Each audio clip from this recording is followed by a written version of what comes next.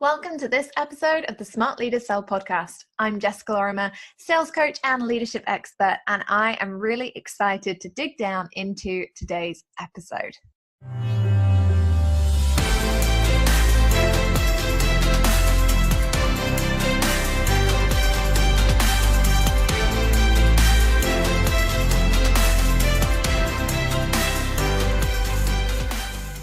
Okay, how have we headed into week 2 of January already? Like, when did this happen? I don't know that I'm okay with this. 2019 seems to be getting away from me a little bit. It's a little bit scary. I kind of feel like this is my 30th year and it's going to whiz past and suddenly I'm going to hit 30 and be like, oh my goodness, I'm a real adult. Like, how did this happen? So if we could just slow down a little bit, that would be great.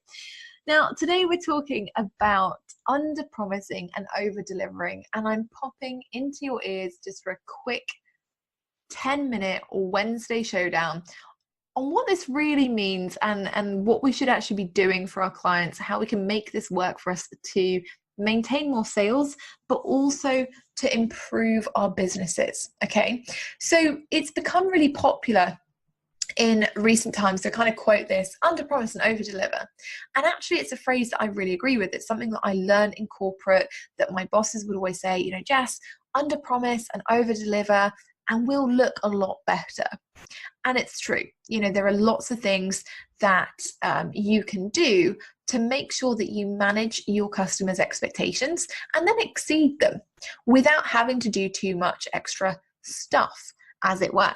And we kind of touched on this a couple of weeks ago in the customer experience episode, you know, where we talked about setting these clear boundaries with your customers, not having to provide like 25 bonuses at a time and all that kind of thing. But one of the things that I saw in 2018 a lot was people who would say, I'm under-promising and over-delivering. And then actually they were over-delivering and over-delivering and getting really, really burnt out from their businesses. So what I want people to be able to do this year is look at what's the real difference between under-promising and over-delivering and making sure that your customer gets a great experience and, you know, wants to recommend you and refer you. And what's the difference between overwhelm, burnout, and inevitable frustration because you're doing so much for everybody. So when we talk about under-promising, it's kind of it's a horrible word, isn't it? Under-promising. It kind of feels like we're saying, I want to underachieve. I want to underachieve your expectations. And I don't like that. I've never really liked the word under-promise. I prefer set clear expectations, but it's not sexy. When you say it as a phrase, set clear expectations and over-deliver, that's not as jazzy. And so people don't go with that. But really what we're talking about with under-promising is not saying, oh, you're going to have a really crappy experience and then giving them a great experience, because obviously nobody's going to buy that. Really what we're saying is, hey, I'm setting clear expectations about what you can expect from me during your experience.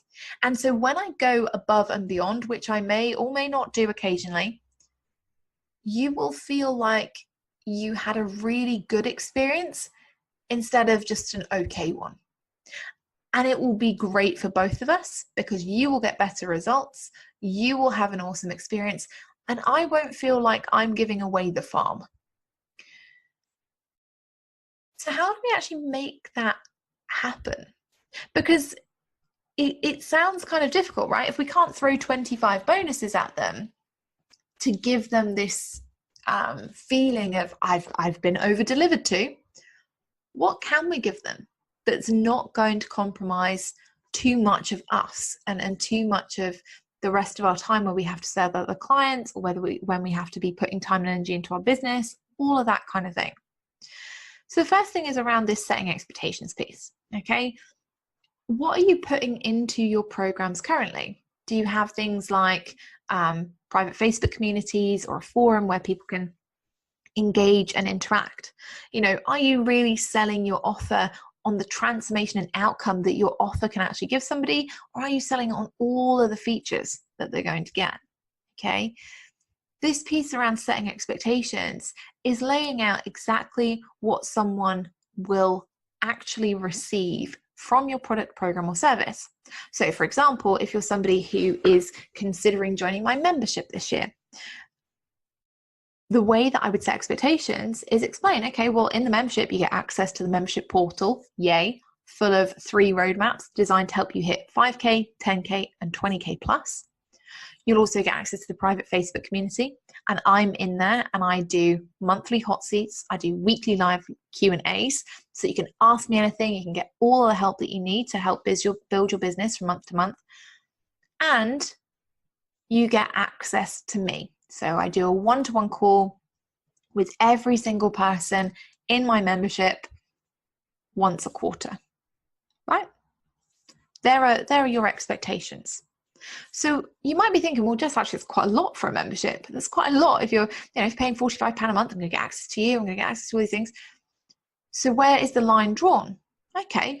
Well, when you come into the membership, you see a boundaries document, and it says, here are the expectations. Here's what you get, and a reminder of that. You get the portal, you get the hot seats, you get the live Q&As, you get the one-to-one time with me once a quarter. But what you don't get is one-to-one access to me over Facebook Messenger. And I'm not going to reply to a bunch of emails to give you private coaching every single time, because I can't. If you are a member, I can't give you one-to-one coaching because it wouldn't be fair on my other clients. So we lay out those expectations, okay? And then where do we over-deliver? Well, we over-deliver in other areas. So we over-deliver in that we make sure we get the best guest experts to come in and teach their subject matter expertise, okay?